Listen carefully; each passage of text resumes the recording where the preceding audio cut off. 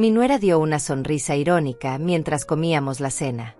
Tal vez si mi marido tuviera una madre más presente, él no fuera tan problemático. Mi hijo bajó la cabeza. Tomé mi bolso y dije, tal vez si tú. Ella se asustó. Mi hijo dijo, olvida eso, mamá. Pero yo ya venía guardando eso por mucho tiempo. Déjame contarte cómo llegamos a ese momento, porque nada de esto empezó esa noche. Empezó hace años, con pequeños comentarios que yo dejaba pasar, con miradas que yo fingía no ver, con silencios que yo llenaba con sonrisas falsas porque creí que así se mantenía la paz en una familia. Me equivoqué. La paz no se construye tragándose la dignidad. Pero eso lo entendí demasiado tarde, o tal vez justo a tiempo, dependiendo de cómo se mire. Esa noche yo había llegado a la casa de Daniel y Cecilia a las 7 en punto, como me habían pedido. Llevaba 3 días sin verlos, lo cual era extraño porque normalmente mi hijo me llamaba al menos 2 veces por semana, aunque fuera para preguntar cosas sin importancia, como si había visto tal programa en la televisión o si sabía alguna receta que se le había olvidado. Pero esos 3 días habían sido de silencio total, y cuando finalmente me llamó el jueves por la tarde, su voz sonaba rara, tensa, como si alguien estuviera parado junto a él escuchando cada palabra que decía. Mamá, ven a cenar mañana. Cecilia va a cocinar. No fue una invitación, fue casi una orden, y yo que he criado a ese niño desde que nació, que conozco cada uno de sus tonos de voz, supe que algo andaba mal. Pero acepté, porque eso es lo que hacen las madres, ¿verdad? Aceptamos invitaciones que nos duelen, aguantamos situaciones que nos rompen, todo por no perder el contacto con nuestros hijos. Llegué con un pay de manzana que había hecho esa misma tarde. No porque me lo hubieran pedido, sino porque así me enseñaron, que una nunca llega con las manos vacías a una casa. Toqué el timbre y esperé. Escuché pasos adentro, voces apagadas, y luego Daniel abrió la puerta con una sonrisa que no le llegaba a los ojos. Hola mamá, me dijo, y me dio un beso en la mejilla tan rápido que apenas lo sentí. Me hizo pasar y ahí estaba Cecilia en la sala, sentada en ese sofá gris que yo les ayudé a pagar hace 2 años cuando se mudaron a esta casa. Ella no se levantó a saludarme. Solo alzó la mano en un gesto que pretendía ser amistoso pero que a mí me pareció despectivo, como si yo fuera una visita cualquiera y no la madre del hombre con quien se casó. Antonia, qué bueno que viniste, me dijo, y usó mi nombre de pila, cosa que siempre hace y que siempre me ha molestado pero que nunca he corregido porque no quiero parecer una suegra amargada de esas que salen en las comedias de la televisión. Me senté en el sillón individual, el que está más lejos de todos, y puse el pay sobre la mesa de centro. Cecilia lo miró como si hubiera puesto un trapo sucio. Ay, Antonia, no tenías que traer nada. Además ya tengo postre. No me dio las gracias. Solo ató que mi esfuerzo había sido innecesario, que yo había hecho algo que nadie me pidió, que una vez más me había cedido en mi afán de ser útil. Daniel desapareció en la cocina y yo me quedé sola con Cecilia. Ella estaba viendo su teléfono, pasando el dedo por la pantalla con esa concentración que tienen las personas cuando en realidad están evitando hablar contigo. Yo miré alrededor de la sala, buscando algo que comentar, alguna forma de romper ese silencio espeso que se había instalado entre nosotras. Había fotos nuevas en la pared, fotos de ellos dos en la playa, en algún restaurante elegante, en lo que parecía ser un viaje a las montañas. En ninguna de esas fotos estaba yo. En ninguna de esas fotos estaba nadie de mi familia. Solo ellos dos, sonriendo, abrazados, construyendo una vida de la que yo aparentemente no formaba parte más que para las cenas obligatorias y los favores económicos. ¿Cómo has estado?, le pregunté, tratando de ser amable, tratando de tender un puente sobre este abismo que se hacía más grande cada vez que nos veíamos. Cecilia levantó la vista de su teléfono y me miró como si mi pregunta fuera una intromisión. Bien, respondió, seca, cortante, y volvió a su pantalla. Así que me quedé callada, con las manos sobre mi regazo, sintiendo como cada segundo se estiraba como si fuera de goma, esperando a que Daniel volviera para que por lo menos hubiera alguien más en esa sala que no me hiciera sentir como una extraña en la vida de mi propio hijo. Cuando finalmente nos sentamos a la mesa, ya sabía que la noche iba a ser difícil. Daniel había puesto los platos con movimientos mecánicos, sin hablar mucho, y Cecilia se había sentado a la cabecera como si fuera la dueña absoluta de ese espacio, de esa casa, de esa familia. Yo me senté donde me indicaron, en la silla que estaba más cerca de la cocina, la que obligaba a levantarme si alguien necesitaba algo, la que me convertía automáticamente en la ayudante y no en la invitada. Habían puesto un lugar más en la mesa, Y cuando pregunté quién vendría, Cecilia dijo con esa voz cantarina que usaba cuando quería parecer inocente: Héctor, mi primo. Espero que no te moleste, Antonia. Es que él está pasando por un momento difícil y pensé que una cena familiar le vendría bien. Héctor llegó 15 minutos después, un hombre de unos 45 años, con el cabello perfectamente peinado hacia atrás y una sonrisa que mostraba dientes demasiado blancos. Me saludó con cortesía exagerada, de esa que usan las personas cuando alguien les ha contado cosas sobre ti y no saben bien cómo tratarte. Señora Antonia, un placer conocerla finalmente. Cecilia me ha hablado mucho de usted. El tono era amable, pero había algo debajo, algo que no podía identificar del todo, pero que me puso alerta. Me pregunté qué exactamente le había contado Cecilia sobre mí, qué versión de quién soy yo había compartido con su familia. La cena empezó en silencio. Cecilia había hecho pollo en salsa verde con arroz, y tengo que admitir que se veía bien, que olía bien, pero cada bocado me costaba trabajo porque sentía la tensión en el ambiente como si fuera una persona más sentada en esa mesa. Héctor hizo algunos comentarios sobre el clima, sobre lo caras que estaban las cosas últimamente, sobre un restaurante nuevo que había abierto en el centro. Daniel asentía y respondía con monosílabos, y yo trataba de participar cuando podía, de mostrar interés, de no parecer la señora mayor que ya no tiene nada interesante que decir. Cecilia comía despacio, mirándonos a todos por turnos, y yo podía sentir que estaba esperando algo, que toda esa cena era una especie de preparación para algo más grande. Entonces fue cuando dejó el tenedor sobre el plato con ese sonido que hace el metal cuando golpea la cerámica con fuerza. Todos nos quedamos quietos. Ella se limpió la boca con la servilleta, tomó un sorbo de agua, y me miró directamente a los ojos con una sonrisa que no era sonrisa sino una mueca torcida, irónica, cargada de algo oscuro que finalmente estaba saliendo a la superficie después de años de estar contenido. Antonia, me dijo, he estado pensando mucho últimamente sobre Daniel, sobre nuestro matrimonio, sobre por qué las cosas son como son entre nosotros. Mi corazón empezó a latir más rápido, pero mantuve mi rostro neutral. Daniel dejó de comer y se quedó inmóvil, mirando su plato como si ahí estuvieran escritas las respuestas a preguntas que nadie había hecho.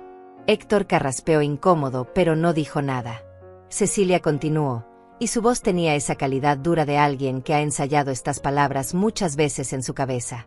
He estado yendo a terapia, ¿sabes? Porque sentía que algo no estaba bien, que Daniel tenía bloqueos emocionales, problemas para conectar realmente conmigo, para estar presente en nuestra relación. Y mi terapeuta me ha ayudado a entender de dónde vienen esos problemas. Yo asentí despacio, sin saber qué decir, sintiendo que el piso bajo mis pies se estaba convirtiendo en arena movediza. Cecilia inclinó la cabeza hacia un lado, como hacen las personas cuando están a punto de decir algo que consideran profundo, algo que han aprendido de algún libro o de algún podcast y que ahora quieren usar como arma. Mi terapeuta dice que los hombres que tienen problemas de compromiso emocional, que no saben expresar afecto, que tienen miedo a la intimidad real, generalmente vienen de hogares donde no hubo suficiente presencia materna. Donde la madre estaba físicamente ahí, tal vez, pero emocionalmente ausente. Las palabras cayeron sobre la mesa como piedras. Sentí como mi estómago se contraía, como mi garganta se cerraba, pero no dije nada todavía. Solo la miré, esperando que continuara, porque sabía que esto era apenas el comienzo, que Cecilia había estado guardando todo esto durante mucho tiempo y que ahora había encontrado el momento perfecto para soltarlo, con testigos, con mi hijo presente para que viera cómo ella me ponía en mi lugar. No digo que sea tu culpa, Antonia, continuó, y su tono era tan falso, tan cargado de una preocupación que no sentía, pero es importante reconocer estos patrones, ¿no crees? Para poder sanar. Daniel me ha contado cómo trabajabas todo el tiempo cuando él era niño, cómo llegabas tarde a casa, cómo él se quedaba solo o con vecinos. Eso marca a un niño, ¿sabes? Eso crea heridas que después se manifiestan en la edad adulta.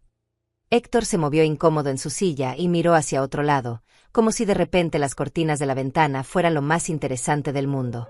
Daniel seguía con la cabeza agachada, los hombros tensos, y yo esperaba que dijera algo, que me defendiera, que le recordara a su esposa que yo trabajaba todo el tiempo porque su padre nos había abandonado cuando él tenía 5 años, que trabajaba 12 horas diarias limpiando casas ajenas para que él pudiera comer 3 veces al día, para que tuviera zapatos nuevos cada vez que los necesitaba, para que pudiera ir a la escuela con los útiles completos y no como otros niños del barrio que tenían que compartir lápices y cuadernos. Pero Daniel no dijo nada. Solo hundió más la cabeza, como si quisiera desaparecer debajo de la mesa, como si mi humillación fuera algo que prefería no presenciar pero que tampoco iba a detener. Yo apreté la servilleta que tenía sobre mi regazo, sintiendo como la tela se arrugaba entre mis dedos. Mi voz salió más baja de lo que hubiera querido cuando finalmente hablé. Yo trabajaba para que Daniel tuviera todo lo que necesitaba. No teníamos a nadie más. Su padre se fue y nos dejó sin nada, sin dinero, sin casa. Yo hice lo que tenía que hacer. Cecilia asintió con esa expresión de falsa comprensión que tienen las personas que nunca han pasado verdaderas necesidades, que nunca han tenido que elegir entre pagar la luz o comprar comida. Lo entiendo, Antonia. Nadie está diciendo que no hiciste sacrificios. Pero el problema es que un niño no entiende de sacrificios. Un niño solo siente la ausencia. Un niño solo sabe que su mamá no estaba ahí cuando él llegaba de la escuela, que no estaba ahí para ayudarlo con la tarea, que no estaba ahí para escuchar cómo le fue en su día. Yo estaba ahí, dije, y mi voz empezaba a temblar aunque traté de controlarla. Tal vez no a la hora que él quería, pero llegaba a casa todas las noches. Le preparaba la cena, revisaba que hubiera hecho su tarea, me aseguraba de que tuviera todo listo para el día siguiente. Yo estaba ahí. Físicamente, sí, respondió Cecilia, y en su tono había algo cortante, algo filoso como un cuchillo. Pero emocionalmente, Antonia, ¿de verdad estabas presente? Porque Daniel me cuenta que nunca hablaban de sentimientos, que tú siempre estabas cansada, siempre preocupada por el dinero, siempre tensa. Que en esa casa no había espacio para las emociones, solo para sobrevivir. Miré a mi hijo, esperando que dijera algo, cualquier cosa, que le recordara a esta mujer que él nunca se acostó con hambre, que nunca le faltó nada, que si yo estaba cansada era porque me rompía la espalda trabajando para que él tuviera una vida mejor que la mía.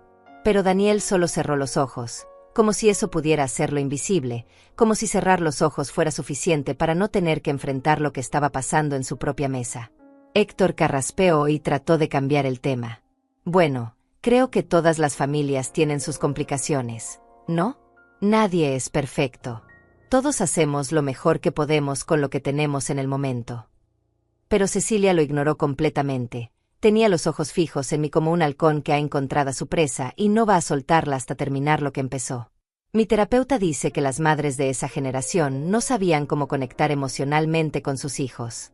Que ustedes fueron criadas en una época donde mostrar afecto se veía como debilidad, donde abrazar y decir, te quiero, no era algo que se hacía. Y que eso se transmite, ¿sabes?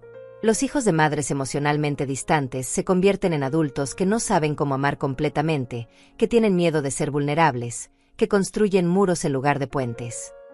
Cada palabra era una bofetada. Cada frase era un ataque disfrazado de preocupación psicológica, de conocimiento adquirido en sesiones de terapia que probablemente yo estaba pagando sin saberlo, porque Daniel me había pedido dinero prestado hace 6 meses para gastos médicos y yo se lo había dado sin hacer preguntas porque una madre no interroga, una madre confía. Yo le decía a Daniel que lo quería, dije, y mi voz sonaba pequeña, defendiéndome de acusaciones que me parecían tan injustas que dolían físicamente. Tal vez no todos los días. Tal vez no de la forma en que ustedes lo hacen ahora, pero él sabía que lo quería. Todo lo que hice fue por amor. El amor no es suficiente si no se expresa de la forma correcta, respondió Cecilia, y en su rostro había una satisfacción apenas contenida, como si finalmente estuviera diciendo todo lo que había querido decir durante años. Un niño necesita palabras, necesita abrazos, necesita tiempo de calidad. No solo comida en la mesa y ropa limpia. Eso es lo básico. Antonia, eso no es amor, eso es supervivencia. Sentí que algo dentro de mí se quebraba. Porque ella tenía razón en algo, yo sí estaba siempre cansada, siempre preocupada, siempre calculando cuánto dinero quedaba hasta el siguiente pago, cuánto podía estirar el arroz y los frijoles para que alcanzaran toda la semana. No tenía energía para ser la madre cálida y amorosa que sale en las películas, la que hornea galletas y se sienta a hablar de sentimientos mientras beben leche con chocolate. Yo era la madre que trabajaba hasta que le dolían los huesos, la que llegaba a casa con los pies hinchados y aún así lavaba la ropa a mano porque no teníamos lavadora, la que se quedaba despierta hasta la madrugada arreglando el uniforme escolar de Daniel para que se viera presentable aunque estuviera remendado. Pero ahora, sentada en esa mesa, escuchando a mi nuera convertir todos esos sacrificios en fallas psicológicas, en traumas que supuestamente le había causado a mi hijo, me preguntaba si acaso todo lo que hice había servido de algo. Si mi esfuerzo, mi dolor, mis años de soledad y trabajo habían sido en vano porque no los acompañé con las palabras correctas, con los abrazos suficientes, con la presencia emocional que esta mujer que nunca ha trabajado un día en condiciones difíciles ahora me exigía retroactivamente. Tal vez si mi marido tuviera una madre más presente, dijo Cecilia. Y ahí estaba, la frase que había estado construyendo durante toda la conversación, el golpe final que había planeado dar desde antes de que yo pusiera un pie en su casa, él no fuera tan problemático en nuestra relación. El silencio que siguió a esas palabras fue tan pesado que podía sentirlo presionando contra mi pecho. Problemático. Esa era la palabra que había usado para describir a mi hijo. No complicado, no con áreas de oportunidad, no en proceso de crecimiento. Problemático. Como si Daniel fuera un objeto defectuoso, una compra equivocada, algo que había salido mal en la fábrica y que ahora ella tenía que soportar por mi culpa. Mi hijo bajó la cabeza todavía más, si eso era posible. Sus hombros se encorvaron y sus manos temblaron ligeramente mientras sostenían el tenedor. Pero no habló. No me defendió. No le dijo a su esposa que estaba cruzando una línea que no debía cruzar. Solo se quedó ahí, absorbiendo la humillación de su madre como si fuera algo que yo mereciera, como si los años que pasé criándolo sola, sin ayuda de nadie, ahora se pudieran resumir en esa sola palabra, ausente. Héctor miró su plato y empezó a comer más rápido, como si terminando la cena pudiera terminar también esta situación incómoda.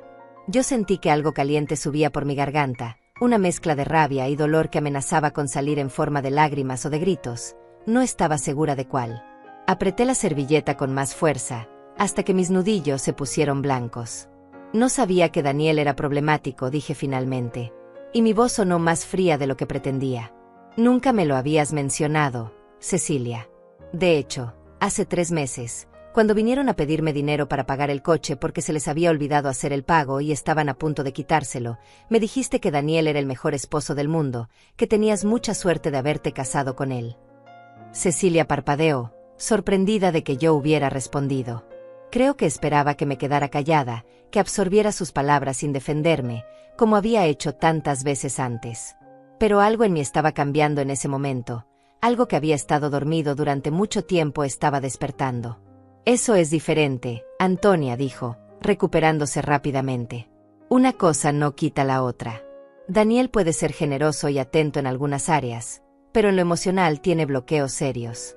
No sabe comunicarse. Se cierra cuando tenemos conflictos. Evade las conversaciones difíciles.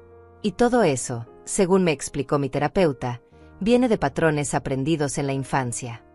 Tu terapeuta parece saber mucho sobre mi vida sin haberme conocido nunca, respondí, y sentí como la rabia empezaba a ganarle terreno al dolor. Qué conveniente que pueda diagnosticar todos los problemas de tu matrimonio y encontrar que la culpable soy yo. No estoy diciendo que seas culpable, dijo Cecilia, aunque su tono decía exactamente lo contrario. Estoy diciendo que hay que reconocer de dónde vienen las cosas para poder sanarlas. Y la verdad, Antonia, es que Daniel creció sin la guía emocional que necesitaba. Tú estabas ocupada trabajando, lo cual es entendible, pero el resultado es un hombre que ahora, a sus 42 años, no sabe cómo manejar sus emociones. Yo le enseñé a Daniel a ser responsable, dije, y mi voz empezó a subir de volumen aunque traté de controlarla. Le enseñé a trabajar duro, a cumplir sus compromisos, a ser honesto. Le enseñé que en la vida hay que esforzarse, que nada te lo regalan, que tienes que ganarte las cosas con tu propio sudor. Exacto, interrumpió Cecilia, como si yo acabara de probar su punto. Le enseñaste a sobrevivir, no a vivir. Le enseñaste a trabajar, no a sentir. Por eso ahora él no sabe cómo conectar conmigo, cómo abrirse, cómo ser vulnerable. Porque en tu casa no había espacio para eso. Miré a mi hijo, rogando silenciosamente que dijera algo, que la detuviera, que pusiera límites a esta mujer que estaba destrozando todo lo que yo había construido con mis manos y mi espalda rota. Pero Daniel solo apretaba el tenedor con fuerza, mirando fijamente la comida en su plato como si ahí estuvieran escritas las palabras que no se atrevía a decir en voz alta. ¿Sabes cuántas veces Daniel se quedó solo de niño?, preguntó Cecilia, y ahora su voz tenía un tono de acusación directa, sin el disfraz de la preocupación terapéutica. ¿Cuántas tardes llegó a una casa vacía? ¿Cuántas veces tuvo que calentar su propia cena porque tú todavía estabas trabajando? Eso marca a una persona, Antonia. Eso crea abandono. Yo no abandoné a mi hijo, dije, y ahora mi voz sí temblaba, no de debilidad sino de una rabia que estaba creciendo como fuego. Yo estaba trabajando para que tuviéramos un techo sobre nuestras cabezas. Para que él pudiera comer, vestirse, ir a la escuela. Su padre fue quien nos abandonó, quien se fue con otra mujer y nunca volvió a preguntar si su hijo estaba vivo o muerto. Yo me quedé. Yo luché. Yo sacrifiqué todo. Nadie está negando tus sacrificios, dijo Héctor, tratando de mediar, pero Cecilia lo silenció con una mirada. Los sacrificios no son suficientes si el niño igual termina sintiéndose solo, continuó ella, implacable. Mi terapeuta dice que el abandono emocional es a veces peor que el abandono físico, porque es invisible, porque nadie lo reconoce como trauma. Daniel sentía que no importaba, que era solo otra tarea en tu lista de cosas por hacer. Alimentarlo, vestirlo, mandarlo a la escuela. Check, check, check. Pero nunca preguntarle cómo se sentía, qué soñaba, que le daba miedo.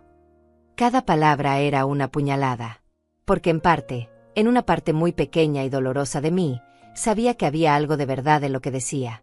No porque yo no quisiera a mi hijo, sino porque el cansancio era tan grande, tan absoluto, que cuando llegaba a casa a las 9 de la noche después de limpiar 3 casas diferentes, lo único que podía hacer era asegurarme de que Daniel hubiera comido, de que estuviera bañado, de que tuviera lista su ropa para el día siguiente. No tenía energía para sentarme a hablar de sentimientos, para preguntarle cómo se sentía con la situación de su padre, para procesar con él el dolor de crecer sin una figura paterna. Pero eso no significaba que no lo amara. Eso no significaba que fuera una mala madre. Eso solo significaba que estaba sobreviviendo de la única forma que sabía, con las herramientas que tenía, en las circunstancias que me tocaron. Yo hacía lo mejor que podía, dije, y mi voz salió quebrada, pequeña, derrotada. Con lo que tenía, con lo que sabía. No tuve el lujo de ir a terapia para aprender a ser la madre perfecta. Tuve que trabajar y punto. Y por eso estamos como estamos, dijo Cecilia, y en su rostro había una mezcla de satisfacción y lástima que me hizo sentir más pequeña de lo que me había sentido en años. Por eso Daniel no puede comprometerse completamente conmigo. Por eso evita las conversaciones profundas. Por eso cada vez que intento acercarme emocionalmente, él construye un muro. Porque aprendió de ti que las emociones son un lujo que no nos podemos permitir, que lo importante es solo sobrevivir. Eso no es justo, murmuré, pero mi voz casi no tenía fuerza ya. Sabes que tampoco es justo, respondió Cecilia, y ahora se inclinó hacia adelante, mirándome directamente a los ojos. Que yo tenga que cargar con las consecuencias de tu forma de criar a Daniel. Que yo tenga que ir a terapia cada semana para lidiar con un esposo que no sabe cómo amar completamente. Que yo tenga que descifrar qué es lo que siente porque él nunca aprendió a expresarlo. Eso tampoco es justo, Antonia. Héctor dejó escapar un suspiro incómodo y empujó su plato hacia un lado, claramente deseando estar en cualquier otro lugar que no fuera esa mesa.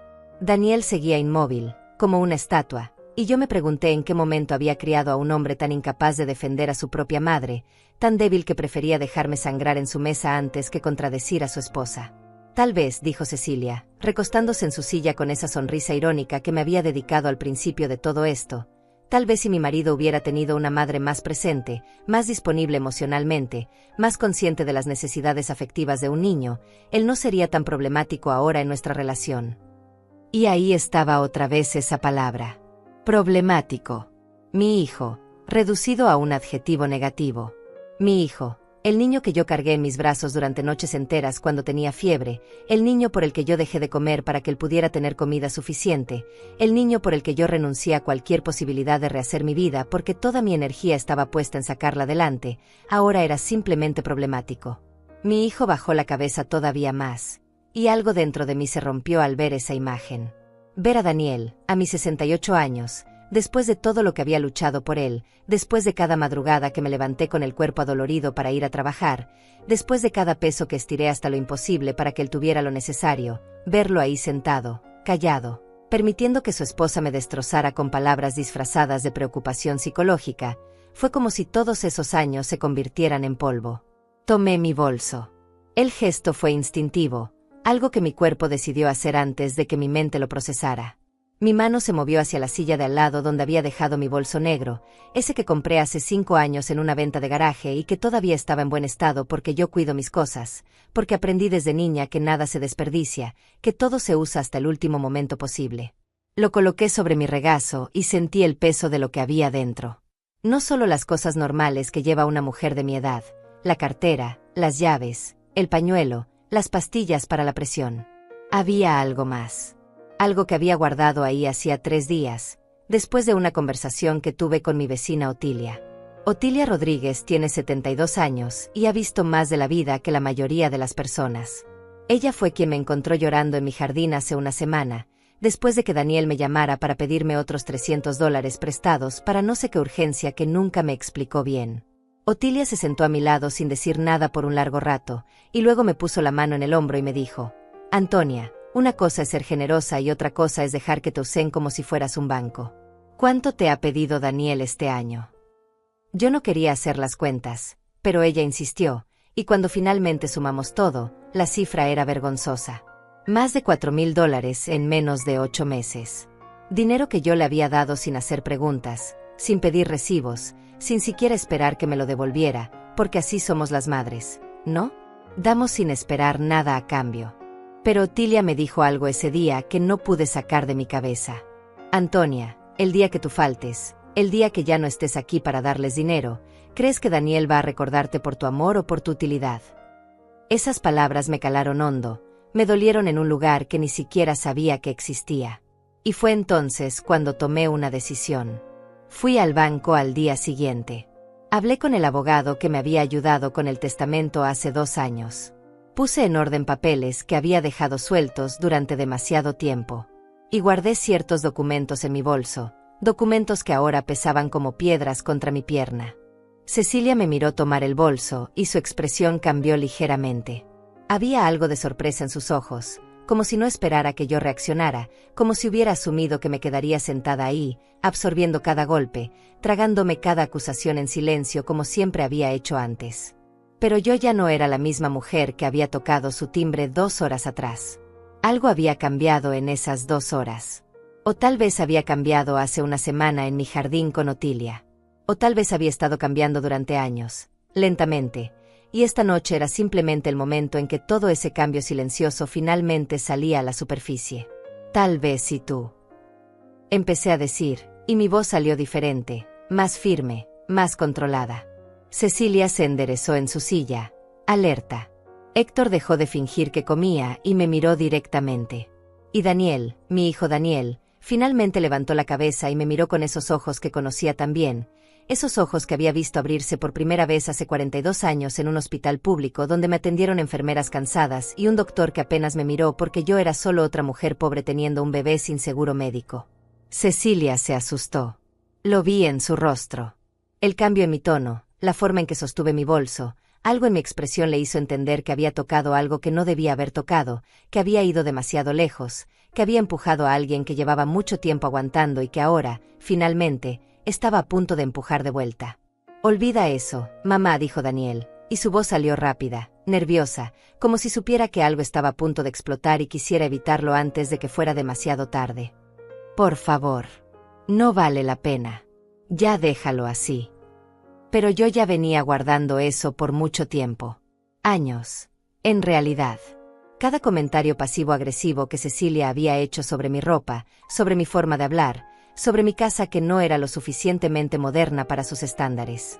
Cada vez que había organizado reuniones familiares y me había avisado con un día de anticipación, como si mi tiempo no valiera nada. Cada vez que había aceptado mi dinero con una mano y con la otra me había tratado como si fuera menos que ella, como si el hecho de que yo trabajara limpiando casas me hiciera inferior a su título universitario que, por cierto, no la había llevado a conseguir ningún trabajo porque prefería quedarse en casa mientras Daniel pagaba todas las cuentas. Y no solo eso. También venía guardando la forma en que Daniel había cambiado desde que se casó con ella. Cómo había empezado a visitarme menos, a llamarme menos, a tratarme como si fuera una tarea pendiente en lugar de su madre. Cómo había dejado de preguntarme cómo estaba y solo me llamaba cuando necesitaba algo. Cómo había permitido que Cecilia me hablara con ese tono condescendiente una y otra vez sin defenderme nunca, sin poner límites, sin recordarle que yo era su madre y merecía respeto. Abrí mi bolso despacio, sin romper el contacto visual con Cecilia. Dentro estaba mi cartera, pero también estaba un sobre manila que había metido ahí esta mañana antes de salir de casa. Un sobre que contenía papeles que cambiaban todo, que revelaban verdades que ellos creían que yo no conocía, que demostraban que la madre ausente y poco presente había estado más atenta de lo que ninguno de los dos imaginaba. ¿Sabes qué es lo interesante, Cecilia?, dije, y mi voz sonó tranquila ahora, peligrosamente tranquila. Que hablas mucho de terapia, de sanación, de reconocer patrones. Pero nunca hablas de responsabilidad personal. Nunca hablas de que Daniel es un hombre adulto que toma sus propias decisiones. Siempre es culpa de alguien más. Siempre es culpa de su infancia. Siempre es culpa mía. Cecilia abrió la boca para responder, pero yo levanté la mano, deteniéndola. Y para mi sorpresa, ella se quedó callada. Tal vez fue el tono de mi voz. Tal vez fue la forma en que la miré. O tal vez fue simplemente que después de años de verme agachar la cabeza, de verme aceptar sus críticas sin defenderme, ahora había algo diferente en mí que la hizo entender que este momento no era como los otros. Yo trabajaba 14 horas al día cuando Daniel era niño, continué.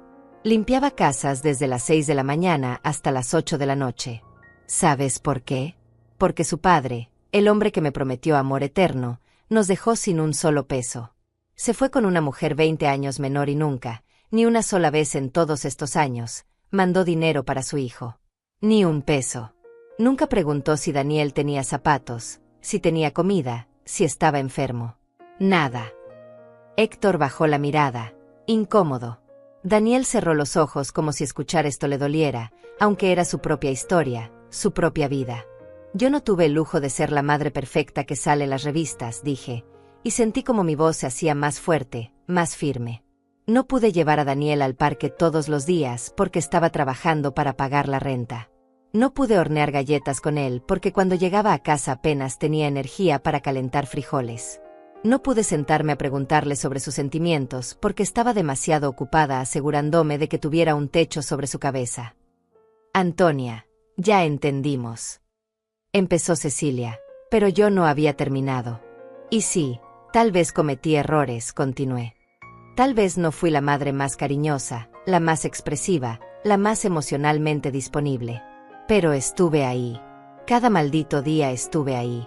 Enferma, cansada, con el cuerpo roto, pero ahí. Y Daniel nunca, nunca se fue a la cama con hambre. Nunca se quedó sin escuela por falta de dinero.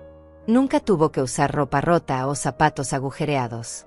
Porque yo me aseguré de que tuviera lo básico, aunque eso significara que yo no tuviera nada. Toqué el sobre dentro de mi bolso. Los papeles crujieron levemente bajo mis dedos. Todavía no era el momento de sacarlos. Todavía había más que decir. Así que sí, Cecilia, dije, mirándola fijamente. Tal vez si Daniel hubiera tenido una madre diferente, las cosas serían distintas. Tal vez si hubiera tenido una madre rica, o una madre con educación universitaria, o una madre que no tuviera que romperse la espalda para sobrevivir. Pero esa no era yo. Yo era una mujer sola, sin dinero, sin ayuda, haciendo lo mejor que podía con lo que tenía. Cecilia apretó los labios, formando una línea delgada. Vi cómo sus manos se tensaban sobre la mesa, cómo sus dedos se cerraban ligeramente como si quisiera agarrar algo, pero no supiera exactamente qué. Por primera vez en toda la noche, ella fue quien no supo qué decir. Y ese silencio, ese pequeño momento donde su seguridad vacilaba, me dio la fuerza para continuar. Pero ¿sabes qué es lo verdaderamente interesante de todo esto?, dije, y mi mano seguía dentro del bolso, tocando el sobre que contenía información que ellos creían que yo desconocía. Es que hablas de Daniel como si fuera tan problemático, tan dañado, tan incapaz de tener una relación sana. Pero llevas 5 años casada con él. 5 años.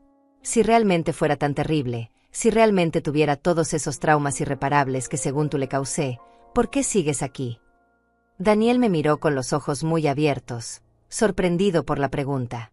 Cecilia parpadeó varias veces, como si estuviera recalibrando, buscando una respuesta que no la hiciera quedar mal. Porque lo amo, respondió finalmente, pero su voz no sonó tan convincente como probablemente hubiera querido. Porque creo en él. Porque sé que puede cambiar si trabaja en sí mismo. Qué noble de tu parte, dije, y dejé que un toque de ironía tiñera mis palabras. Quedarte con un hombre tan problemático. Debe ser muy difícil para ti, imagino. Vivir con alguien que no sabe expresar emociones, que tiene miedo al compromiso, que construye muros emocionales. Héctor se movió en su silla, claramente queriendo escapar de esta situación, pero sin atreverse a levantarse. Cecilia me miraba con una mezcla de confusión y algo que parecía ser el inicio del miedo, como si de pronto se diera cuenta de que esta conversación estaba tomando un rumbo que ella no había planeado. Yo no dije que fuera fácil, respondió Cecilia, recuperando algo de su tono defensivo. Por eso voy a terapia. Por eso estamos trabajando en nuestra relación. Porque reconocemos que hay problemas que necesitan atención. Problemas que según tú vienen todos de mí, dije. De mi forma de criarlo. De mi ausencia emocional. De mi incapacidad para darle lo que necesitaba. No son solo de ti, dijo Cecilia, aunque su expresión decía lo contrario.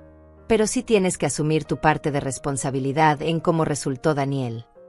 Asentí despacio, como si estuviera considerando sus palabras, como si estuviera realmente reflexionando sobre mi culpa en todo esto.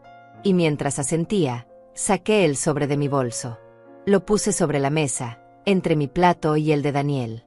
Era un sobre manila común, cerrado, con mi nombre escrito en la parte de enfrente con la letra perfecta de la secretaria del abogado Ramón López, el hombre que me había ayudado a poner todos mis asuntos en orden. Todos miraron el sobre. El silencio en la mesa se volvió denso, pesado, lleno de preguntas no formuladas. ¿Qué es eso?, preguntó Daniel, y su voz sonó pequeña, casi infantil. No respondí de inmediato. Dejé que el sobre permaneciera ahí, sin explicación, generando tensión. Tomé un sorbo de agua, despacio, sintiendo como el líquido fresco bajaba por mi garganta seca. Luego dejé el vaso sobre la mesa con cuidado, sin hacer ruido. Esto, dije finalmente, tocando el sobre con un dedo, es algo que debía haber hecho hace mucho tiempo. Pero mejor tarde que nunca. No. Cecilia se inclinó ligeramente hacia adelante, tratando de ver si podía leer algo a través del papel manila, pero el sobre estaba bien cerrado. Antonia, ¿qué es eso?, repitió, y ahora su voz tenía un tono de urgencia que no había tenido antes. Es información, dije simplemente. Información sobre cosas que ustedes creen que yo no sé. Sobre conversaciones que pensaron que nunca escucharía. Sobre situaciones que asumieron que yo era demasiado vieja, demasiado tonta, o demasiado ausente para entender. Vi cómo el color se iba del rostro de Cecilia. Vi cómo Daniel tragaba saliva con dificultad. Y supe en ese momento que ellos sabían exactamente de qué estaba hablando. Tal vez no sabían los detalles específicos, tal vez no sabían qué tanto yo había descubierto, pero sabían que había algo, algún secreto, alguna verdad oculta que ahora estaba a punto de salir a la luz. Mamá, dijo Daniel, y su voz temblaba. No sé de qué hablas. ¿No?, pregunté, y lo miré directamente a los ojos. Esos ojos que conocía tan bien, que había visto mentir antes cuando era niño y rompía algo y trataba de culpar al gato que teníamos. Seguro que no sabes. Él desvió la mirada. Ese simple gesto me lo confirmó todo. Sabía. Por supuesto que sabía. Hace 3 semanas, yo había ido al supermercado que está cerca de donde viven Daniel y Cecilia. No era mi supermercado habitual, pero ese día necesitaba comprar un regalo para el cumpleaños de Otilia y sabía que ahí vendían unas velas aromáticas que a ella le gustaban. Mientras esperaba en la fila para pagar, escuché una voz familiar. Era Cecilia. Estaba 2 filas más allá, hablando por teléfono, y su voz sonaba alterada, molesta. Me quedé quieta, escondida detrás de un exhibidor de revistas, sin querer espiar pero tampoco queriendo que me viera en ese estado, hablando así. No puedo seguir así, decía Cecilia al teléfono. Tenemos deudas por todos lados. Daniel no gana suficiente y su madre es nuestra única opción en este momento. Por eso tengo que mantenerla cerca, aunque me cueste. Por eso tengo que aguantar sus visitas y sus consejos no solicitados. Porque necesitamos su dinero. Esas palabras se clavaron en mi pecho como cuchillos. Pero seguí escuchando. Ya sé que es patético, continuaba Cecilia. Ya sé que deberíamos poder mantenernos solos. Pero entre el préstamo del coche que no pudimos pagar, las tarjetas de crédito que Daniel llenó sin decirme, y ahora el problema con la renta atrasada, no tenemos opción. Ella tiene que seguir ayudándonos. Y para eso, tengo que hacer que se sienta necesaria, importante, útil. Aunque me dé asco tener que pedirle dinero a esa mujer que ni siquiera sabe vestirse decentemente. Me fui del supermercado sin comprar nada. Llegué a mi casa temblando, no de frío sino de rabia y dolor. Y fue ahí cuando llamé a Otilia, cuando lloré en mi jardín, cuando finalmente admití en voz alta lo que había estado negando durante años, que mi hijo y su esposa me veían como un banco, no como familia. Al día siguiente fui a ver al abogado Ramón López. Le conté todo. Él escuchó en silencio, tomando notas, y luego me hizo preguntas que nunca había considerado. ¿Cuánto dinero exactamente le había dado a Daniel en los últimos años? ¿Tenía recibos, comprobantes, algo por escrito? ¿Sabía en qué situación financiera real estaban ellos? ¿Sabía que la casa donde vivían no era suya sino rentada, y que llevaban 3 meses de atraso en el pago? No, no lo sabía. No sabía nada porque nunca hacía preguntas. Porque confiaba. Porque era su madre y las madres confían.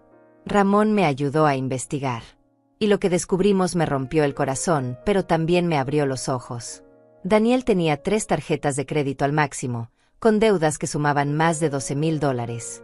Había pedido un préstamo personal que no podía pagar. Había atrasado pagos del coche, de la renta, de servicios básicos. Y cada vez que se metía en un problema financiero, venía a mí.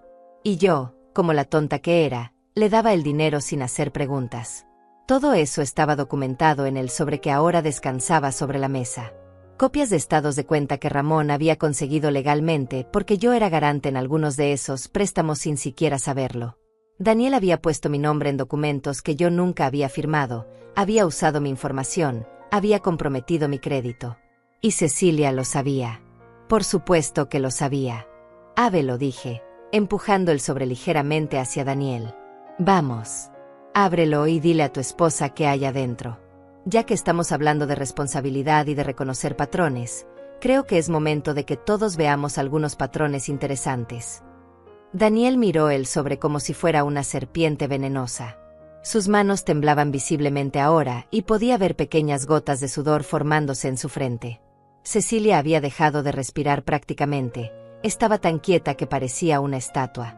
«Mamá, por favor», susurró Daniel. «No hagas esto». «¿No haga qué?», pregunté, y mi voz seguía siendo calmada, controlada, aunque por dentro sentía un torbellino de emociones que llevaba años conteniendo. «¿No hable de las 3 tarjetas de crédito que tienes al máximo? ¿No mencione las deudas que suman más de $12,000? ¿No comente sobre los 3 meses de renta atrasada que debes y que tu casero ya te advirtió que o pagas o los desaloja?» Cecilia se puso pálida. Héctor dejó escapar un silbido bajo, sorprendido. Daniel cerró los ojos como si eso pudiera hacer que esta situación desapareciera.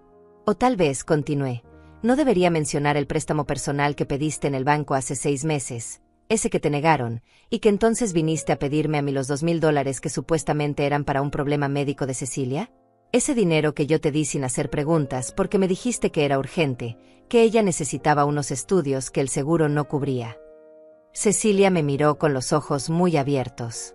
«Yo nunca tuve ningún problema médico», dijo, y su voz sonó genuinamente sorprendida. Giró hacia Daniel. «¿Le pediste dinero diciéndole que yo estaba enferma?» Daniel no respondió. Solo hundió la cabeza entre sus manos. «Ah», dije, y dejé que una sonrisa amarga tocara mis labios. Entonces Cecilia no sabía de esa mentira. «Interesante. ¿Qué más no sabe tu esposa, Daniel? ¿Le contaste sobre los $1,500 que te presté en marzo para supuestamente arreglar el coche? ¿O sobre los 800 de abril que eran para pagar un curso de capacitación en tu trabajo? ¿O sobre los 500 de mayo que necesitabas para no sé qué emergencia que nunca me explicaste bien?» Fui sacando papeles del sobre uno por uno. Estados de cuenta, recibos, mensajes de texto impresos donde Daniel me pedía dinero.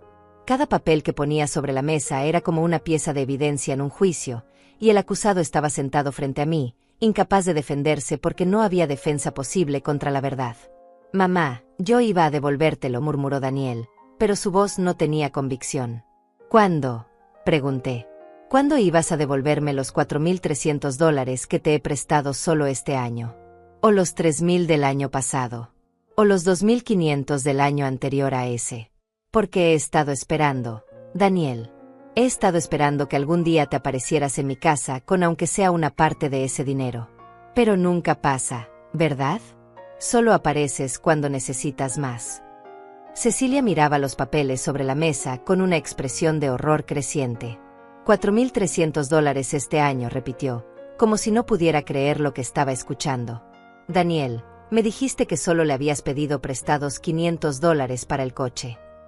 Iba a decírtelo, empezó Daniel, pero Cecilia lo interrumpió. ¿Cuándo? ¿Cuándo ibas a decírmelo? ¿Cuándo nos desalojaran? ¿Cuándo vinieran a quitarnos el coche? ¿Cuándo exactamente? Pero yo no había terminado. Todavía había más, y si íbamos a poner todo sobre la mesa, entonces todo tenía que salir a la luz. Saqué otro documento del sobre, este era más oficial, con el membrete de un banco en la parte superior. Y luego está esto, dije, deslizando el papel hacia el centro de la mesa. La solicitud de préstamo que hiciste hace 2 meses, Daniel. Esa donde pusiste mi nombre como cofirmante sin mi permiso. Esa donde usaste mi información personal, mi número de seguro social, mi dirección, todo sin preguntarme. La expresión de Daniel pasó de la vergüenza al pánico absoluto. ¿Cómo? ¿Cómo sabes eso? Porque el banco me llamó, respondí. Porque cuando haces algo ilegal como firmar documentos con el nombre de otra persona, eventualmente te descubren. El banco me llamó para verificar la información y yo les dije la verdad, que nunca había firmado nada, que nunca había autorizado ese préstamo, que mi hijo había cometido fraude usando mi identidad. Dios mío, murmuró Héctor, y ahora sí se veía genuinamente consternado. Daniel, eso es un delito grave. No presenté cargos, continué, mirando fijamente a mi hijo. Porque eres mi hijo y a pesar de todo, no quería verte en problemas legales. Pero hablé con el banco, aclaré la situación, y me aseguré de que mi nombre quedara completamente limpio. Y también me aseguré de que nunca más puedas usar mi información para nada. Cecilia tenía las manos sobre la boca, mirando a Daniel como si lo viera por primera vez. ¿Intentaste cometer fraude usando a tu propia madre? ¿En qué estabas pensando? Estaba desesperado, dijo Daniel, y ahora su voz sonaba rota, patética. No sabía qué más hacer. Tenemos tantas deudas, tanto dinero que debemos, y tú sigues gastando en cosas que no necesitamos. ¿Yo? Exclamó Cecilia, y su voz subió de volumen. ¿Me estás culpando a mí? Tú fuiste quien compró ese televisor gigante que no podíamos pagar. Tú fuiste quien insistió en que necesitábamos un coche nuevo cuando el viejo todavía funcionaba. Tú fuiste quien. Y tú fuiste quien dijo que necesitábamos muebles nuevos, contraatacó Daniel. Tú fuiste quien quiso cambiar toda la decoración de la casa. Tú fuiste quien insistió en ir a ese restaurante caro cada fin de semana. Los vi pelear entre ellos y sentí algo extraño, una mezcla de satisfacción y tristeza. Satisfacción porque finalmente estaban mostrando quiénes eran realmente, porque las máscaras estaban cayendo. Tristeza porque este era mi hijo, el niño que yo había criado, el niño que había cargado en mis brazos, y ahora era este hombre que mentía, que robaba, que usaba a su propia madre como un recurso del cual extraer dinero sin consideración ni gratitud. Suficiente, dije, y mi voz cortó a través de su discusión. Ambos se callaron y me miraron. No me interesa escuchar quién de los dos es más responsable de su desastre financiero. Lo que me interesa es que entiendan algo muy claramente.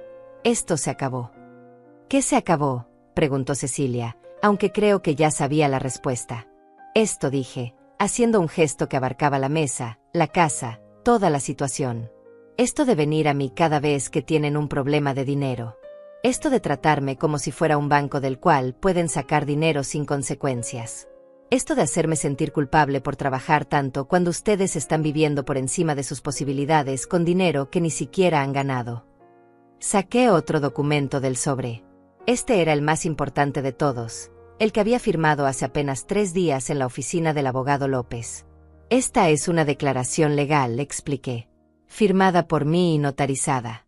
En ella establezco que no soy responsable de ninguna deuda contraída por Daniel Gutiérrez. Que mi nombre no puede ser usado en ningún documento financiero sin mi presencia física y mi firma enfrente de un notario. Que cualquier intento de usar mi información será reportado inmediatamente a las autoridades correspondientes. Daniel me miraba como si le hubiera dado una bofetada. Mamá, no puedes hacer eso. Ya lo hice, respondí. Y hay más. También fui a mi banco y puse mi casa, mi única propiedad, en un fideicomiso legal. Eso significa que aunque yo quisiera, no puedo venderla, no puedo ponerla como garantía, no puedo hacer nada con ella excepto vivir en ella hasta el día que me muera. Y cuando eso pase, la casa no irá automáticamente a ti, Daniel. Irá al fideicomiso y será vendida, y el dinero de esa venta irá a una organización de caridad que ayuda a mujeres que están en la situación en la que yo estuve hace 40 años. Solas, sin recursos, tratando de sacar adelante a sus hijos. Vi cómo el impacto de mis palabras los golpeaba. Vi cómo Cecilia calculaba mentalmente cuánto valía mi casa, cuánto dinero estaban perdiendo, cuánto había dependido su plan futuro de eventualmente heredar esa propiedad. Eso no es justo, dijo Cecilia, y ahora su voz tenía un tono de indignación. Esa casa debería ser para Daniel. Él es tu hijo. Y precisamente por eso estoy haciendo esto, respondí. Porque es mi hijo y no voy a permitir que se convierta en un hombre que solo espera herencias, que vive esperando a que su madre muera para poder cobrar. Voy a obligarlo a que aprenda a mantenerse solo, a que madure, a que entienda que el dinero se gana con trabajo, no con manipulación emocional. No es manipulación, protestó Daniel débilmente. Yo te quiero, mamá. Tal vez, dije, y mi voz se suavizó solo un poco. Tal vez me quieres a tu manera, pero también me usas. Y durante mucho tiempo yo lo permití porque creí que eso era amor, que dar sin límites era lo que hacían las buenas madres. Pero Cecilia tiene razón en algo. Cecilia me miró sorprendida de que yo estuviera reconociendo que tenía razón en algo después de todo lo que había dicho.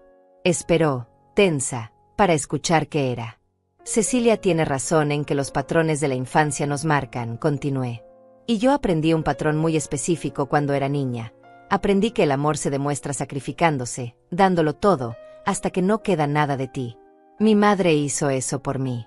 Se mató trabajando para que yo tuviera comida, ropa, educación. Y yo aprendí que eso era amor. Entonces hice lo mismo con Daniel. Me sacrifiqué hasta quedar vacía.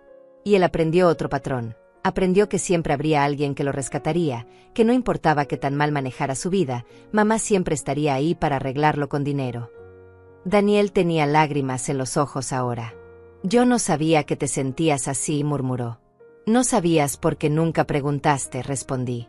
Porque para ti yo solo era la solución a tus problemas, no una persona con sentimientos propios, con necesidades propias, con una vida que también merecía ser vivida con dignidad. Saqué el último papel del sobre. Era una hoja simple, escrita a mano por mí la noche anterior, con mi mejor letra, tratando de que cada palabra quedara clara. Esto es para ti, Daniel. Para que lo leas cuando quieras, cuando estés listo. Es una carta donde te explico todo lo que no pude decirte durante estos años. Todo lo que me tragué porque creí que el silencio era más fácil que la confrontación. Todo lo que guardé porque pensé que así mantenía la paz. Puse la carta junto a los otros documentos. Daniel la miró pero no la tocó, como si tuviera miedo de lo que pudiera encontrar escrito ahí. En esa carta te cuento cosas que nunca te dije, expliqué. Te cuento sobre las noches que lloré de cansancio, pero igual me levanté al día siguiente para ir a trabajar. Te cuento sobre las veces que comí solo frijoles para que tú pudieras tener carne. Te cuento sobre los dolores de espalda que tengo ahora, dolores que me van a acompañar el resto de mi vida, porque pasé décadas agachada limpiando pisos para que tú pudieras tener una vida mejor que la mía. Mi voz se quebró un poco al decir esto último, pero me recompuse rápidamente. No iba a llorar. No aquí, no ahora, no frente a ellos. Pero también te cuento, continué, sobre mis errores. Porque Cecilia no está completamente equivocada. Yo sí estaba ausente en muchas formas. Sí estaba tan enfocada en la supervivencia que olvidé preguntarte cómo te sentías. Sí fallé en enseñarte a manejar el dinero, en mostrarte que las cosas tienen valor porque cuestan esfuerzo. Te di todo tan fácilmente que nunca aprendiste a valorar nada. Cecilia había dejado de mirarme con esa expresión de superioridad que había tenido toda la noche. Ahora me miraba con algo que parecía ser respeto mezclado con incomodidad, como si de repente se diera cuenta de que la mujer que había estado juzgando durante años era mucho más compleja de lo que había asumido. Pero hay algo más en esa carta, dije, mirando directamente a Daniel. Algo que necesito que sepas. Y es que a pesar de todo, a pesar de los errores que cometí y de los errores que tú has cometido, Te amo. Eres mi hijo. Eso nunca va a cambiar. Pero amar a alguien no significa permitir que te destruya. Amar a alguien no significa convertirte en su salvavidas eterno mientras ellos se niegan a aprender a nadar solos. Mamá. Empezó Daniel, pero yo levanté la mano para detenerlo. Todavía no he terminado, dije. Porque ahora viene la parte donde les explico exactamente cómo van a ser las cosas de ahora en adelante. Me acomodé en mi silla, sintiendo el peso de mis 68 años, pero también sintiendo algo que no había sentido en mucho tiempo, claridad absoluta sobre lo que necesitaba hacer. Primero, dije, levantando un dedo. No habrá más préstamos de dinero. Ni $500, ni 50, ni 5. Se acabó. Si tienen una emergencia real, médica, documentada, podemos hablar. Pero necesitaré ver facturas, recibos, pruebas reales de que el dinero es para lo que dicen que es. Y aún así, tendré derecho a decir que no. Cecilia abrió la boca como para protestar, pero la cerró al ver mi expresión. Segundo, continué, levantando otro dedo. No vendré más a cenas como esta. No voy a sentarme en una mesa donde me falta el respeto. Si quieren verme, vengan a mi casa. En mi casa, bajo mi techo, se me trata con dignidad o no se entra. Es así de simple. Eso no es justo, dijo Cecilia. Nosotros también merecemos respeto en nuestra propia casa. Tienes razón, respondí. Merecen respeto en su casa. Por eso no volveré a venir si no puedo recibirlo. Pero no confundas tu derecho a hacer lo que quieras en tu casa con el derecho a faltarme el respeto a mí. Esas son dos cosas diferentes. Vi cómo Cecilia procesaba esto, cómo su rostro pasaba por diferentes emociones. Enojo, sorpresa, y finalmente algo que parecía ser el inicio de la comprensión. Tercero, dije, y mi voz se hizo más firme. Daniel, tienes 2 meses para encontrar una forma de manejar tus deudas sin involucrarme. No me importa si tienes que conseguir un segundo trabajo, si Cecilia tiene que empezar a trabajar también, si tienen que vender el coche y comprar uno más barato, o si tienen que mudarse a un lugar más pequeño y más económico. Pero en 2 meses quiero que me presenten un plan real, con números reales, de cómo van a salir de este agujero financiero que ustedes mismos cavaron. 2 meses no es suficiente, protestó Daniel. Entonces mejor empieza hoy mismo, respondí. Porque yo me tomé 40 años para criar a un hijo solo, sin ayuda de nadie, trabajando en lo que fuera necesario. Si yo pude hacer eso, ustedes pueden hacer un plan financiero en 2 meses. Héctor, que había estado en silencio casi toda la conversación, finalmente habló. Señor Antonia, dijo, y su voz era respetuosa, creo que lo que está haciendo es lo correcto. No es fácil, pero es lo correcto. Le agradecí con un movimiento de cabeza. Al menos alguien en esa mesa podía ver más allá de su propio interés. Y cuarto, dije, y esta fue la parte más difícil, la que me había costado más decidir. Voy a empezar a vivir mi propia vida. Tengo 68 años y por primera vez en décadas, voy a pensar en qué es lo que yo quiero. Tal vez tome clases de algo que siempre quise aprender.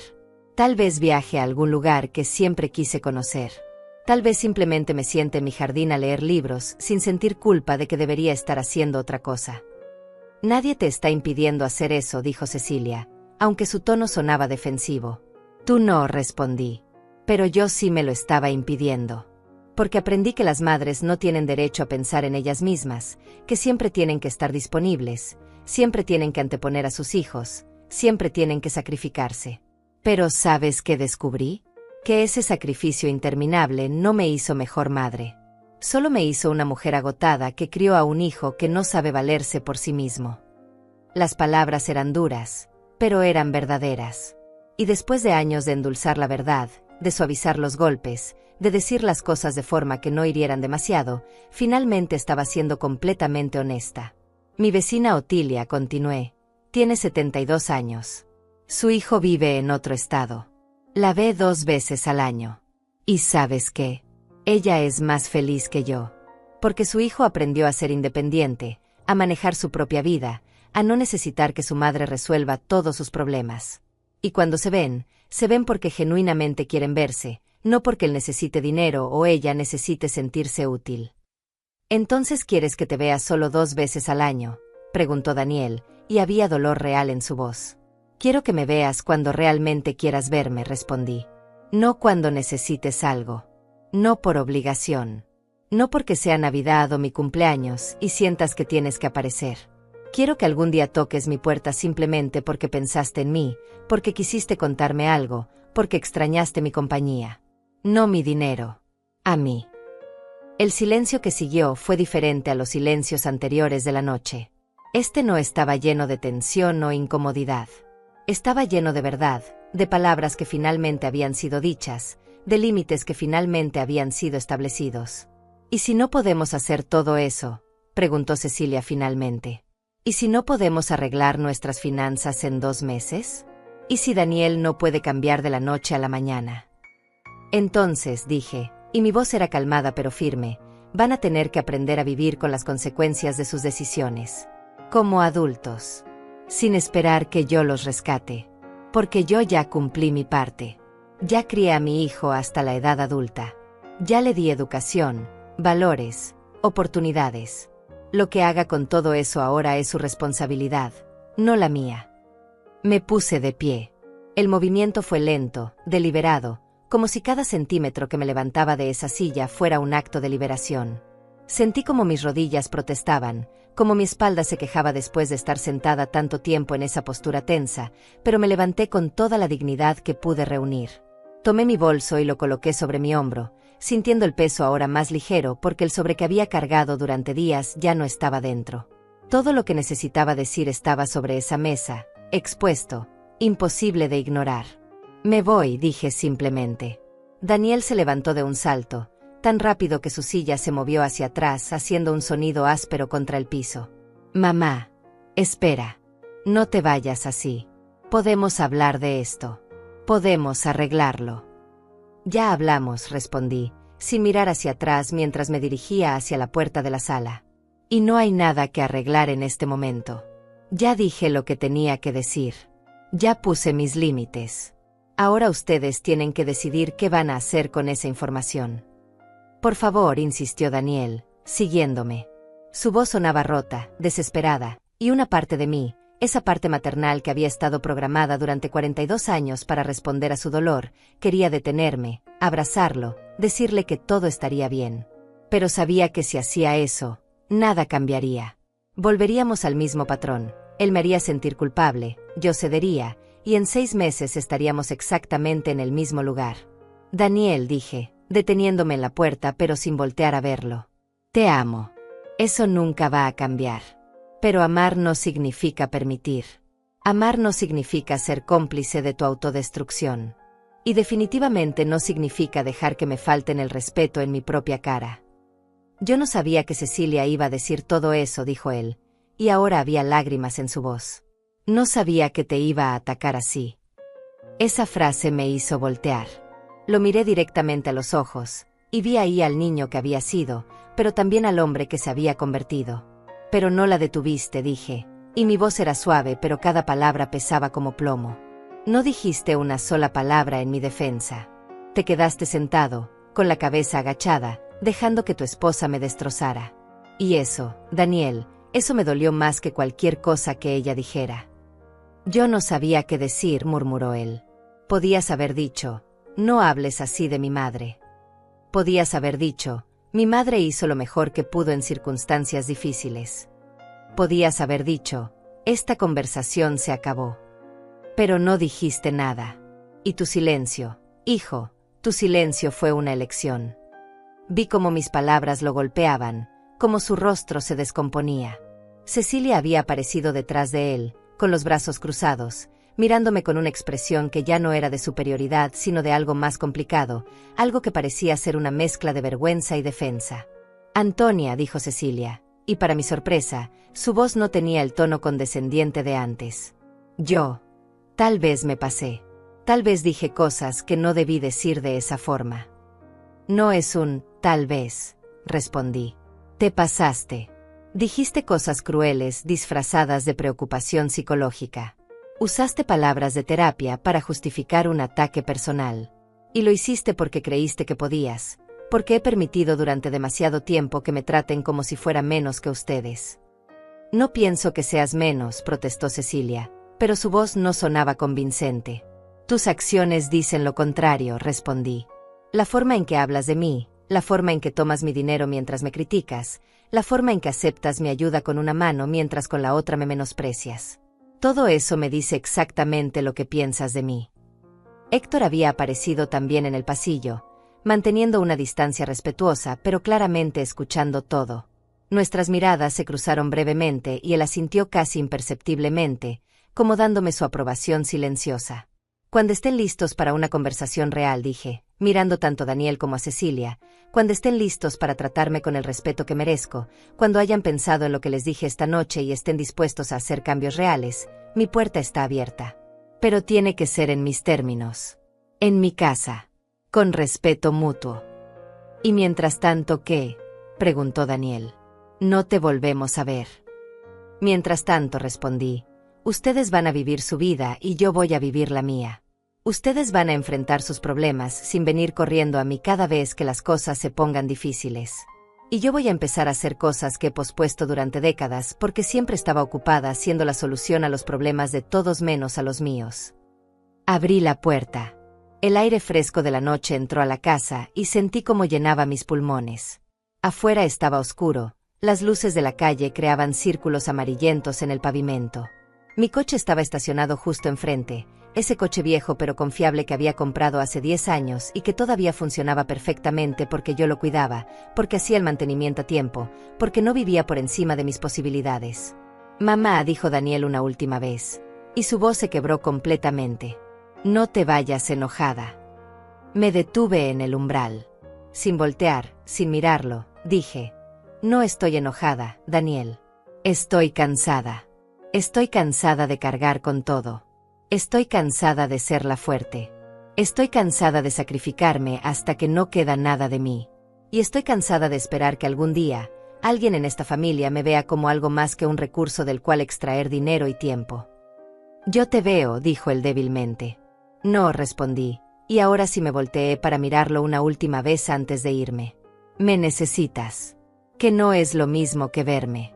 Cuando aprendas la diferencia, cuando realmente puedas verme como una persona completa con necesidades propias y no solo como tu madre que existe para servirte, entonces podremos tener una relación real.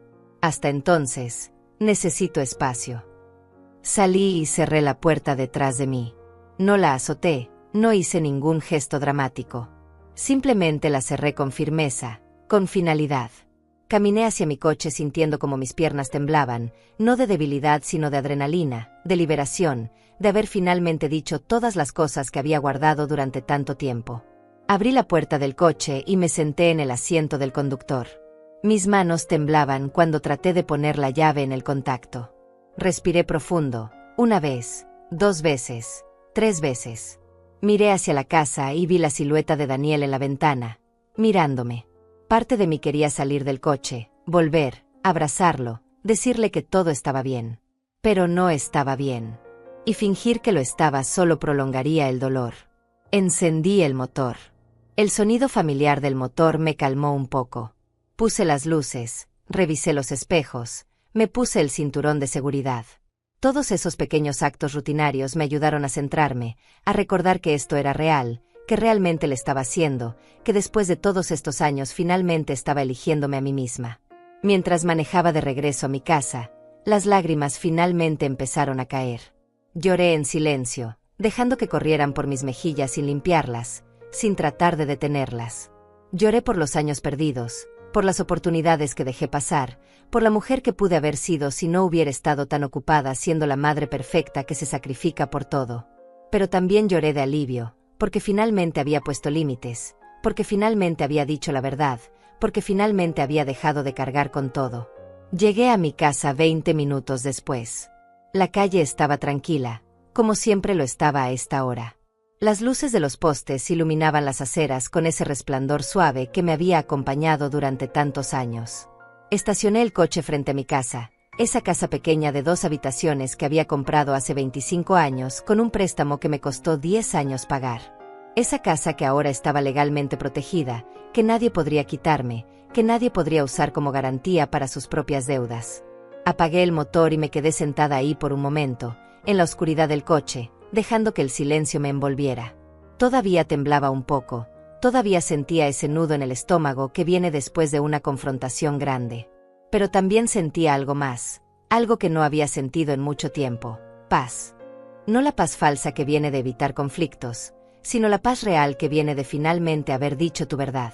Vi movimiento en la ventana de la casa de al lado. Era Otilia, que había estado esperando mi regreso. Ella sabía lo que había planeado hacer esta noche, sabía lo difícil que iba a ser. Salí del coche y ella salió de su casa al mismo tiempo, con una bata sobre su ropa y pantuflas en los pies. ¿Cómo te fue?, preguntó cuando llegó a mi lado, su voz llena de preocupación genuina. Lo hice, dije simplemente.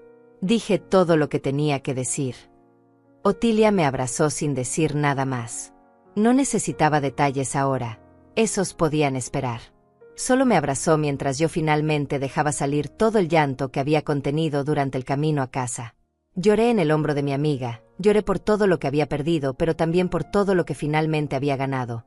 Mi dignidad, mi voz, mi derecho a existir como algo más que la madre sacrificada. Ven, dijo Otilia después de un rato, tomándome del brazo. Vamos adentro. Te voy a hacer un té. Entramos a mi casa y encendí las luces. Todo estaba exactamente como lo había dejado, limpio, ordenado, tranquilo. Mi pequeña sala con el sofá que había comprado en una venta de garaje hace años. Mi mesa de comedor donde comía sola la mayoría de las noches. Las fotos en la pared de Daniel cuando era niño, cuando todavía me miraba como si yo fuera su héroe, antes de que creciera y empezara a verme como un recurso. Otilia fue a la cocina y puso agua a hervir. Yo me senté en el sofá, sintiendo como mi cuerpo finalmente se relajaba después de horas de tensión. Me quité los zapatos, esos zapatos incómodos que me había puesto pensando que una debía verse presentable para ir a cenar con la familia, y estiré los dedos de los pies sintiendo el alivio inmediato. Cuéntame, dijo Otilia cuando volvió con 2 tazas de té de manzanilla humeante. Se sentó a mi lado y me pasó una taza. Le conté todo. Desde el momento en que llegué a la casa de Daniel hasta el momento en que cerré su puerta y me fui. Le conté sobre los comentarios de Cecilia, sobre el silencio cómplice de Daniel, sobre cómo saqué todos los documentos del sobre y puse la verdad sobre la mesa. Le conté sobre las caras que pusieron cuando se dieron cuenta de que yo sabía todo, de que la madre ausente había estado más presente de lo que pensaban. Otilia escuchó sin interrumpir, solo asintiendo de vez en cuando, dejándome desahogar todo. Cuando terminé, ella tomó un sorbo de su té y dijo: «Estoy orgullosa de ti, Antonia. Sé que no fue fácil. Fue lo más difícil que he hecho en mi vida», admití. Más difícil que criarlo sola. Más difícil que trabajar 3 empleos al mismo tiempo. Porque una cosa es sacrificarte por alguien y otra cosa es decirle a ese alguien que ya no vas a seguir sacrificándote. Pero era necesario, dijo Otilia. Porque si no lo hubieras hecho, ¿qué? ¿Ibas a seguir así hasta morirte? ¿Ibas a dejar que te exprimieran hasta que no quedara nada de ti? Tenía razón. Lo sabía. Pero aún así dolía. Dolía haber tenido que llegar a este punto, dolía que mi relación con mi hijo estuviera en este estado, dolía pensar que tal vez pasarían semanas o meses antes de que volviera a verlo. ¿Y si nunca vuelve?, pregunté en voz baja, expresando el miedo que había estado rondando mi mente desde que salí de su casa. ¿Y si esto lo aleja para siempre? Otilia puso su taza sobre la mesa y me tomó de la mano. Antonia, escúchame bien. Si Daniel se aleja porque finalmente pusiste límites saludables, entonces la relación que tenían no era real.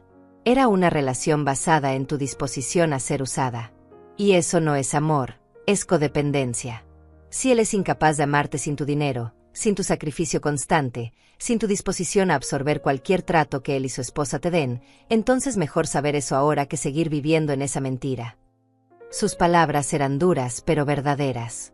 Y una parte de mí, una parte que estaba creciendo más fuerte cada día, sabía que tenía razón. Además, continuó Otilia, tú le diste opciones. No le cerraste la puerta en la cara. Le dijiste claramente qué necesitas para tener una relación con él. Ahora la decisión es de él. Puede elegir trabajar en sí mismo, enfrentar sus problemas, tratarte con respeto. O puede elegir seguir como está. Pero esa es su elección, no tu responsabilidad. Nos quedamos sentadas en silencio por un rato, bebiendo nuestro té, cada una perdida en sus propios pensamientos. La casa estaba tan tranquila que podía escuchar el reloj de la cocina marcando los segundos, ese reloj viejo que había pertenecido a mi madre y que era una de las pocas cosas que tenía de ella. ¿Sabes qué es lo más extraño?, dije después de un rato. Que me siento culpable. Después de todo lo que pasó, después de todo lo que dijeron, todavía me siento culpable por haberme defendido. No es ridículo. No es ridículo, respondió Otilia. Es lo que nos enseñaron.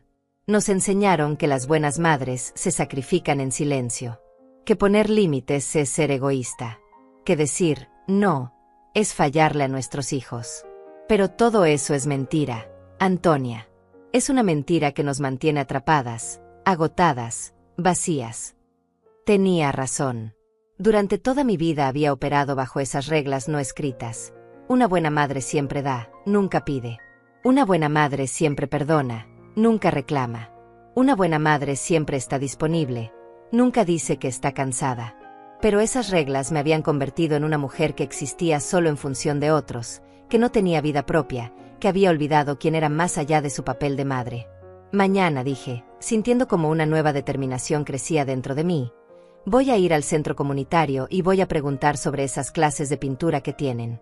Siempre quise aprender a pintar, pero nunca tuve tiempo. Otilia sonrió. ¿Ves? Ya estás empezando a vivir para ti. Y la próxima semana, continué, sintiéndome más animada ahora, voy a ir al banco y voy a abrir una cuenta de ahorro separada. Una que sea solo para mí, para cosas que yo quiera hacer. Tal vez para ese viaje a Oaxaca que siempre quise hacer pero nunca hice porque siempre había algo más importante en que gastar el dinero. Ahora tú eres lo importante, dijo Otilia firmemente. Tú y tu vida y tu felicidad. Y cualquiera que no pueda entender eso no merece un lugar en tu vida. Nos quedamos conversando hasta tarde, planeando pequeñas cosas que yo podría hacer, pequeños pasos hacia una vida que fuera mía y no solo un apéndice de la vida de mi hijo. Cuando Otilia finalmente se fue a su casa cerca de la medianoche, yo me quedé sentada en mi sofá un rato más, simplemente existiendo en el silencio de mi propia casa. Miré alrededor de mi sala y vi todo de manera diferente ahora. Esta no era solo una casa donde yo esperaba las llamadas de Daniel. Esta era mi casa, mi espacio, mi refugio. Las paredes que yo había pintado, los muebles que yo había elegido, el jardín que yo había plantado. Todo era mío, construido con mi esfuerzo, pagado con mi trabajo, mantenido con mi cuidado. Me levanté y fui a mi habitación. Me cambié de ropa, poniéndome mi pijama más cómoda, esa que estaba vieja y desgastada pero que me hacía sentir como en casa. Me lavé la cara, me cepillé el cabello, hice todas esas pequeñas rutinas nocturnas que me conectaban con lo cotidiano, con lo simple, con lo real. Antes de meterme a la cama, fui a mi cómoda y saqué un cuaderno nuevo que había comprado hace una semana. Era un cuaderno simple, con tapas color café y páginas en blanco. Lo había comprado pensando que tal vez empezaría a escribir, a documentar mis pensamientos, a procesar todo lo que estaba sintiendo.